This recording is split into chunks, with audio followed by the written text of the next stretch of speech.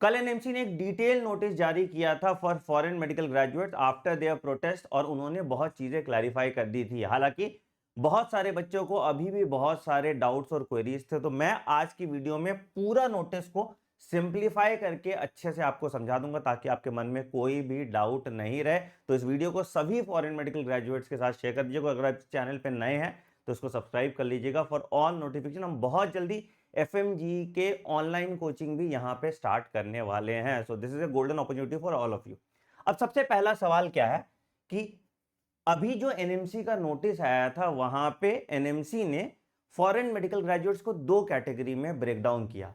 पहला था जो स्क्रीनिंग टेस्ट 2002 वाले रेगुलेशन में आते हैं और दूसरा था जो एफएमजीएल 2021 वाले रेगुलेशन के अंतर्गत आते हैं। अब ये जब गैजेट आया था तो उस टाइम पे स्पेसिफिकली मेंशन किया गया था अगर आपका एडमिशन 18/11/2021 के बाद हुआ है then you come into the FMGL regulation, and अगर इससे पहले हुआ है then you come into the screening test 2002 regulation. अब क्या डिफरेंस है दोनों में वो मैं आपको बता देता हूं।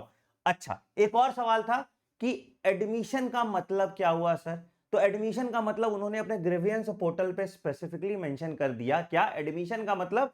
एडमिशन लेटर का डेट ऑफ एडमिशन है, नॉट द टाइम जब आप कॉलेज गए हो या जब आप यूनिवर्सिटी पहुंचे हो। तो अगर आपका एडमिशन लेटर मान लो सितंबर में आ गया था, आप यूनिवर्सिटी नवंबर के बाद पहुंचे हो, तो आपका एडमिशन लेटर का डेट ही माना जाएगा as your final date of admission. तो अगर आपका 18/11/2021 से पहले का एडमिशन लेटर है तो आप स्क्रीनिंग टेस्ट 2002 के अंदर आते हो, और अगर आपका इसके बाद का एडमिशन लेटर है तो आप एफएमजीएल रेगुलेशन के अंदर आते हो। बहुत सारे बच्चे इस चक्कर में बच जाएंगे। अब देखो स्क्रीनिंग टेस्ट का क्या रेगुलेशन था और एफएमजीएल का क्या रेगुलेशन था वो समझ जाते हैं आप पे क्या लागू होता है। तो अगर आप 18/11/2021 वाले कैटेगरी में आते हो तो आपको क्या भैया, सिंपल, आप किसी भी एनएमसी रिक्वायर्ड मतलब जो एमसीआई अप्रूव्ड कॉलेज है वहां से अपना डिग्री कर सकते हो, 1 साल का वहीं कंट्री में इंटर्नशिप कर सकते हो। और अगर आपने अपना एमबीबीएस नेपाल, बांग्लादेश या चाइना से किया है और वहां पे इंटर्नशिप कंप्लीट किया तो इंडिया में आपको सिर्फ एफएमजी एग्जाम देना है और लाइसेंस आपको मिल जाएगा। इंडिया में एक्स्ट्रा इंटर्नशिप आपको नहीं करनी।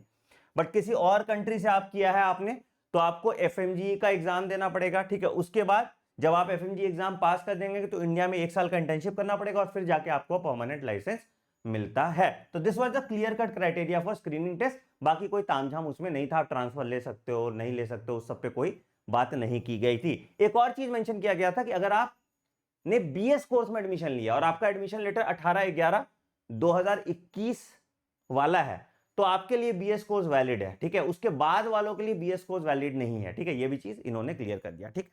अब आ जाते हैं एनएमसी के कॉम्प्लिकेटेड एफएमजीएल रेगुलेशन के बारे में। क्या क्या कहता है एफएमजीएल रेगुलेशन? पहला कि अगर आपने 18/11/2021 के बाद एडमिशन लिया है तो ये चीजें आपको फॉलो करनी है। क्या? आपका कोर्स ड्यूरेशन 54 महीने का होना चाहिए, 51 मंथ्स का मिनिमम होना चाहिए और वो वही होना चाहिए। दूसरा, आपको 1 साल का इंटर्नशिप कंप्लीट करना है, इंटर्नशिप का सर्टिफिकेट प्रोड्यूस करना है और उसके बाद फिर आप इंडिया आएंगे, इंडिया के एफएमजी एग्जाम देंगे और फिर 1 साल का इंटर्नशिप आप इंडिया में करेंगे। It is mandatory. अब नेपाल से कर रहे हो, आप बांग्लादेश से कर रहे हो, चाइना से कर रहे हो तो भी this is mandatory for you अगर आपने 18/11/2021 के बाद एडमिशन लिया है तो, ठीक है। उसके बाद फिर क्या बोला है कि आपको ये पूरा तामझाम from your date of admission to your final internship 10 साल के अंदर करना है, तभी आपको परमानेंट रजिस्ट्रेशन मिलेगा, नहीं तो नहीं मिलेगा। ये दूसरा चीज। और तीसरा कहा था कि भैया आप ट्रांसफर नहीं ले सकते हो। ये सारे जनरल रेगुलेशन एनएमसी ने क्लैरिफाई कर दिया। अब इसमें कुछ एक्सेप्शंस क्या क्या दिया एनएमसी ने फॉर कोविड और वॉर सिचुएशन पे। क्या भाई?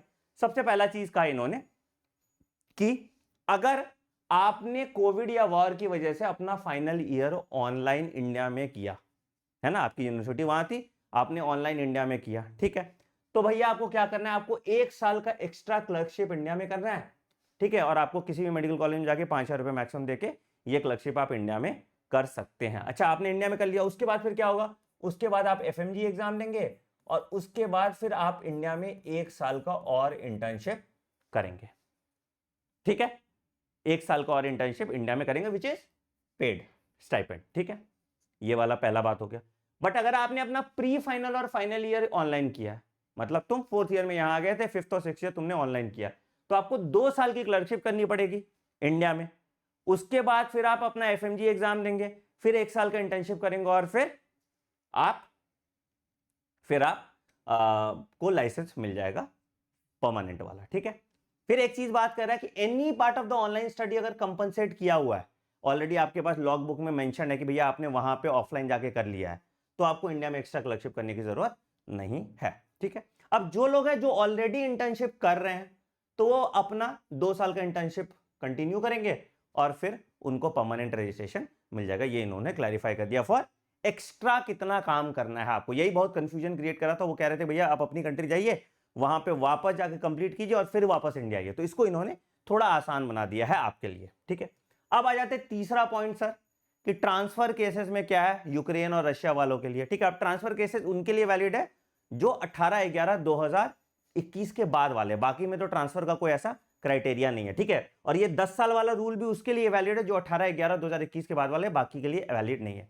तो यहां क्या बोला कि भैया आप ट्रांसफर ले सकते हो कब, या तो आप यूक्रेन से पढ़ रहे थे या आप रशिया से पढ़ रहे थे और आप वापस इंडिया 31 मार्च 2022 तक आ गए थे और आपने 7/3/2024 तक माइग्रेट कर लिया था, तो काफी टाइम पीरियड दिया, बहुत लोगों ने माइग्रेट किया, तो उनको कोई दिक्कत नहीं होगा, इट विल बी एक्सेप्टेड। तो आप अपना जिस भी कंट्री से कर रहे हैं उस कंट्री में पूरा अपना डिग्री पूरा कीजिए और जितना मोड आपने ऑनलाइन किया था उस मोड को वापस से उस कंट्री में जाके ऑफलाइन कीजिए और फिर आप इंडिया में आके एफएमजी एग्जाम दीजिए, 1 साल का इंटर्नशिप कीजिए और आपको इंडिया में परमानेंट रजिस्ट्रेशन मिल जाएगा। I hope I have clarified all the points for you. अच्छा, एक और इंपॉर्टेंट अच्छा न्यूज इन्होंने दिया था कि बहुत दिक्कत आती थी एफएमजीज को इंटर्नशिप ढूंढने में, तो उन्होंने कहा कि अगर कोई ओल्ड यूनिवर्सिटी या कॉलेज है तो वो अपना 7.5% सीट फॉर इंटर्नशिप रिजर्व करेगा फॉर फॉरेन मेडिकल ग्रेजुएट।